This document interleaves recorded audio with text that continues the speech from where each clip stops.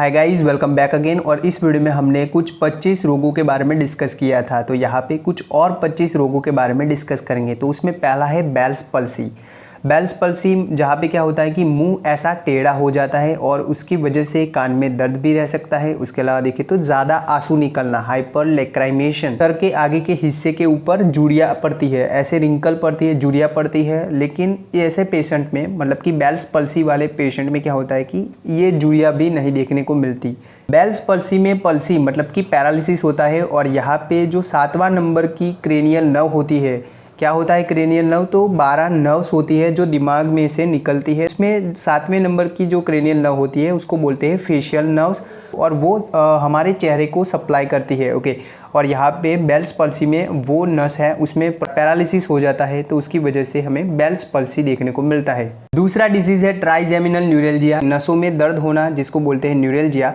तो यहाँ पे ट्राइजेमिनल नस जो कि एक और क्रेनियल नर्व है और वो भी 5वें नंबर की क्रेनियल नर्व है, वो भी दिमाग से ही निकलती है और कान के बाजू से आके फिर वो भी हमारे चेहरे को ही सप्लाई करती है। ट्यूमर की वजह से यहाँ पे वो कंप्रेस होती है या फिर इन्फेक्शन के बाद ऐसे नस है उसमें न्यूरैल्जिया बन सकता है। ट्राइजेमिनल न्यूरैल्जिया की कंडीशन में इलेक्ट्रिकल शॉक लगता है, वैसा दर्द होता है और वो भी sharp shooting type of pain होता है। यहाँ पे मसूड़ों में, जबड़ों में और दांतों में भी ऐसा ही दर्द होता है। आगे डिस्कस करते हैं शॉक की कंडीशन को। शॉक मतलब कि जैसे इलेक्ट्रिकल शॉक है वैसा शॉक नहीं होता। शॉक मतलब कि टिश्यू परफ्यूजन है, मतलब कि खून अच्छे से कोश को मिलना चाहिए, ऑक्सीजन अच्छे से कोश को मिलना चाहिए, सेल को मिलना चाहिए, वो नहीं मिलता और उसकी वजह से सेल डेथ हो सकती है। सेल की मेटाबॉलिज्म प्रोसेस में डिस्टर्बेंस हो सकता है और उसकी वजह से क्या होगा कि ऑर्गन फेल भी हो सकता है और पर्सन की डेथ भी हो सकती है शॉक की वजह से। शॉक मतलब कि जो कोश है उसको खून और ऑक्सीजन सप्लाई न मिलना, तो उसको बोलेंगे शॉक। शॉक के अलग अलग प्रकार रहते हैं, जैसे कि हाइपोवॉल्मिक शॉक, जहाँ पे क्या होता है कि शरीर में पानी की कमी की वजह से ये शॉक जो है वो होता है। उसके अलावा देखें तो कार्डियोजेनिक शॉक, अच्छे से जो हमारा हार्ट है, हृदय है, वो खून को पंप नहीं करता तो उसकी वजह से देखने को मिलता है, तो वो होता है कार्डियोजेनिक शॉक। उसके अलावा देखें तो न्यूरोजेनिक शॉक, हमारे स्पाइनल कोड में कभी कभार इंजरी की वजह से ये जो शॉक है वो होता है। उसके अलावा देखें तो सेप्टिक शॉक, सेप्टिक शॉक में क्या रहता है कि बैक्टीरियल इन्फेक्शन की वजह से ये शॉक देखने को मिलता है। उसके अलावा देखें तो एनाफाइलेक्टिक शॉक, एनाफाइलेक्टिक शॉक है वो कभी कभार ड्रग्स जैसे कि पेनिसिलिन जैसी दवाइयाँ रहती है तो उनकी वजह से ऐसा शॉक देखने को मिलता है। शॉक की कंडीशन है वो एक लाइफ थ्रेटनिंग कंडीशन होती है, इसलिए इसको जल्द से जल्द मैनेज करना बहुत ज़रूरी रहता है। आगे की डिजीज़ कंडीशन है टिटनस। तो ये क्लोस्ट्रीडियम टिटानी बैक्टीरिया से होने वाला रोग है और इसमें क्या होता है कि जो ये बैक्टीरिया है वो मिट्टी में होते हैं और जब हम काम करते हैं और किसी जो जंग लगा हुआ औजार है उसकी वजह से हमें चोट लगती है तो ये हो सकता है। इसमें क्या होता है कि जो बैक्टीरिया है क्लोस्ट्रीडियम टिटानी वो टिटेनोप्लाज्मिन ऐसा एक न्यूरोटॉक्सिन रिलीज़ करते हैं और उसकी वजह से जो हमारा शरीर है वो ऐसे ऑपिस्टोटोनस मतलब कि ऐसे धनुर की माफिक ऐसे स्टिप बन जाता है। उसके अलावा देखें तो यहाँ पे गर्दन भी अकड़ जाती है, जकड़ जाती है। उसके अलावा देखें तो लॉक जो, उसके अलावा देखें तो यहाँ पे हमारा जो जबड़ा है वो भी ऐसे लॉक मतलब कि वो भी ऐसे मूवमेंट नहीं कर पाते हम इसकी। तो ये जो डिजीज़ कंडीशन होती है वो होती है टिटनस की कंडीशन। यहाँ पे टिटनस का इंजेक्शन है वो किसी सर्जरी से पहले, उसके अलावा देखें तो दांत खींचने से पहले जो लगाते हैं 0.5 ml का, वो होता है टिटनस का इंजेक्शन। आगे की डिजीज़ कंडीशन है रिकेट्स, जहाँ पे क्या होता है कि हड्डियाँ है वो कमज़ोर बन जाती है, सॉफ्ट बन जाती है और वो भी और ये विटामिन डी की कमी की वजह से होता है। क्या करता है विटामिन डी नॉर्मली, तो विटामिन डी है वो हेल्प करता है खाने में से जो कैल्शियम है, फॉस्फोरस है, उसको एब्जॉर्ब करने में, शोषण करने में मदद करता है हमारे शरीर को। यहाँ पे रिकेट्स की कंडीशन में विटामिन डी की डेफिशिएंसी की वजह से क्या होगा कि कैल्शियम और फॉस्फोरस है वो अच्छे से एब्जॉर्ब नहीं होगी और उसकी वजह से यहाँ पे हड्डी की कमजोरी रहती है, हड्डी सॉफ्ट बन जाती है, अच्छे से बच्चे का ग्रोथ नहीं होता। ज़्यादातर ये बच्चे में देखने को मिलता है। पैरों के अंदर, पीछे स्पाइन में, पेल्विस के एरिया पे दर्द रहता है, मांसपेशियों की कमजोरी रहती है। उसके अलावा देखें तो जो क्लेविकल हड्डी है बच्चे की प्रोमिनेंट दिखती है और पैर का मुड़ जाना, पैर मुड़े हुए होना, तो ये सभी सिम्टम रिकेट्स में देखने को मिलते हैं। अब बात करते हैं आगे की डिजीज़ कंडीशन ल्यूकेमिया। ल्यूकेमिया एक ब्लड कैंसर है, जहाँ खून का कैंसर है, जहाँ पे WBC जो हमारी श्वेत कणिकाएं हैं जो कि इन्फेक्शन से लड़ने में हमारे शरीर को हेल्प करती है तो वो बढ़ जाती है। यहाँ प्रमाण में होती है तो उस वजह से क्या होगा कि रोग प्रतिकार शक्ति है वो कम हो जाती है। खून की कणिकाएं हैं, आरबीसी है, रेड ब्लड सेल है, वो अच्छे से नहीं बन पाती। देन खून को जमाने वाली कणिकाएं है, प्लेटलेट्स है, वो भी अच्छे से नहीं जम पाती।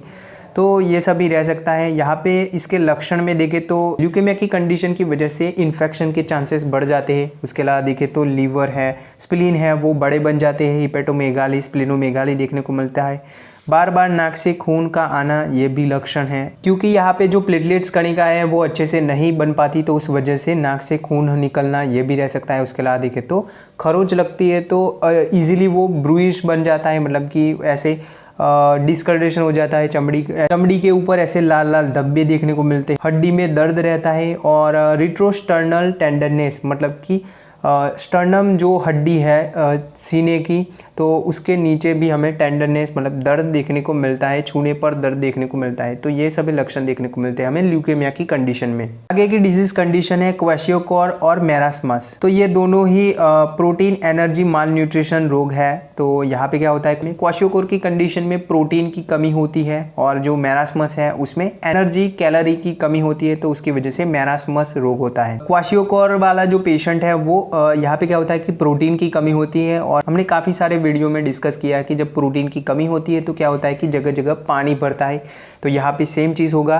पेशेंट है क्वेशियोकोर का, उसका जो पेट है वो ऐसे फूला हुआ देखने को मिल सकता है आपको। एजाइड्स की कंडीशन रहती है, यहाँ पे पिटिंग इडेमा देखने को मिलता है। ऐसे प्रेस करने पर ऐसे इडेमा जो है उसमें ऐसे गड्ढा बन जाता है, तो ऐसा पिटिंग इडेमा देखने को मिलता है। उसके अलावा देखें तो यहाँ पे इन्फेक्शन के चांसेस बढ़ जाते हैं। पेशेंट के हेयर है वो पतले होते हैं, पीलिया होता है, डायरिया होता है, ओके, दस्त रहता है, वजन कम होना। तो ये सभी लक्षण देखने को मिलते हैं हमें क्वेशियोकोर की कंडीशन में। दूसरी कंडीशन होती है मेरास्मस, जहाँ पे एनर्जी की डेफिशिएंसी की वजह से ये रोग होता है। एनर्जी की डेफिशिएंसी जहाँ पे प्रोटीन है, कार्बोहाइड्रेट्स है, लिपिड है, इन सभी की डेफिशिएंसी की वजह से ये रोग होता है, इन सभी की कमी की वजह से ये रोग होता है। मेरास्मस की कंडीशन में रिब्स जो है वो प्रोमिनेंट होती है, ऐसे आप इमेज में देख सकते हो, ऐसे रिब्स है वो प्रोमिनेंट होती है, ऐसे दूर से भी दिख जाए ऐसी होती है। उसके अलावा देखें तो यहाँ पे पेशेंट है उसके शरीर में फैट कम होता है, लंबे समय से दस्त का रहना, मांसपेशियां है उसकी एट्रोपी देखने को मिलती है, मतलब कि मांसपेशियां पतली होती है, हाथों की, पुष्ट भाग की, इन सभी की। उसके अलावा देखें तो यहाँ पे चमड़ी है वो रुक्ष होती है। उसके अलावा देखें तो लैट्रिन के अंदर खून का आना, तो ये सभी लक्षण देखने को मिलते हैं हमें। उसके अलावा देखें तो एनीमिया, पीलिया देखने को मिलता है जो मेरास्मस का पेशेंट है उसमें। तो ये सभी लक्षण देखने को मिलते हैं हमें मेरास्मस में।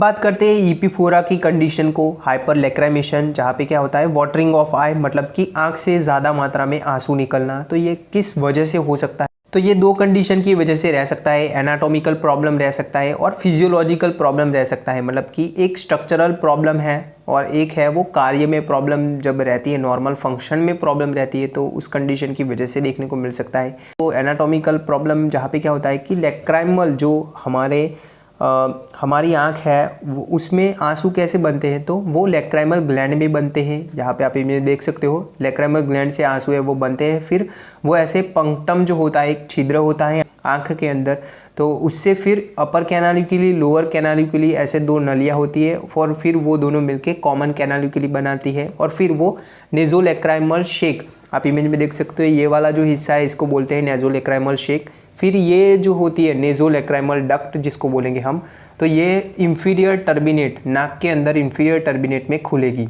इसको बोलते हैं लैक्राइमल एपरेटस।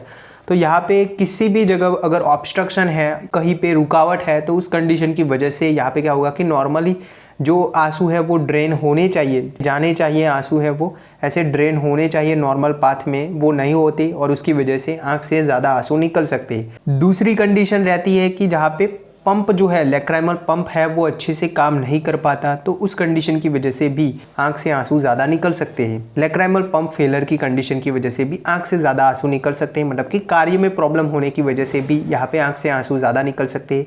अब बात करते हैं डेक्रियोसिस्टाइटिस की कंडीशन। हमने आगे डिस्कस किया कि जो लैक्राइमल शेक होता है उसमें इन्फेक्शन लग जाता है और उसकी वजह से उसमें मवाद भर जाता है, तो इस कंडीशन को बोलते हैं डेक्रियोसिस्टाइटिस की कंडीशन। तो यहाँ पे लक्षण में बात करें तो यहाँ पे बार बार आंसू निकलना, देन आसपास की चमड़ी है, मतलब कि ये जो अंदर वाला कॉर्नर है आँख का, यहाँ पे आसपास की चमड़ी ऐसे लाल बन जाती है, वहाँ पे छूने पर दर्द हो सकता है। उसको अगर हम कंप्रेस करते हैं, प्रेस करते हैं, तो जो पंक्टम वाला हिस्सा है वहाँ से हमें पस निकलता हुआ देख सकते हैं हम वहाँ पे। उसके अलावा देखें तो ऐसे एब्सेस बन जाता है, फोड़ा बन जाता है, और कभी कभार ये एब्सेस है उससे एक फिस्टुला फॉर्मेशन हो सकता है, मतलब कि एक पैसेज बन सकता है, वहाँ से एक छिद्र देखने को मिल सकता है आपको। लेक्राइमल शेक का इन्फेक्शन की कंडीशन को बोलेंगे डेक्रियोसिस्टाइटिस। आगे की डिसीज कंडीशन है जॉगरेन्स सिंड्रोम। तो ये यहाँ पे क्या होता है, तो ये एक ऑटो इम्यून बीमारी है जहाँ पे आंख जो है वो ड्राई बन जाती है, मुंह की म्यूकोजा है, मुंह है वो ऐसे ड्राई बन जाता है, आपको शुष्क शुष्क लगेगा, सूखा सूखा लगेगा। उसके अलावा देखें तो यहाँ पे जोड़ों में दर्द होना, कान के अंदर भी दर्द होना। उसके अलावा देखें तो पैरोटिड ग्लैंड होती है जो कि यहाँ पे होती है, तो इसकी भी सूजन देखने को मिलती है जॉगरेन्स सिंड्रोम में। यहाँ पे मुंह की ड्राइनेस की वजह से मुंह जो है वो सूखा सूखा रहेगा, जो सलाइवा है वो नहीं होने की वजह से क्या होगा कि बैक्टीरिया अच्छे से ग्रो हो पाएंगे, और उसकी वजह से यहाँ पे जॉगरेन्स सिंड्रोम वाला जो पेशेंट है उसमें डेंटल कैरी ज़्यादा देखने को मिल सकती है, आपको दांत सड़ा हुआ देखने को मिल सकता है। तो आई होप आपको इस वीडियो से कुछ जानने को मिला होगा। Thank you.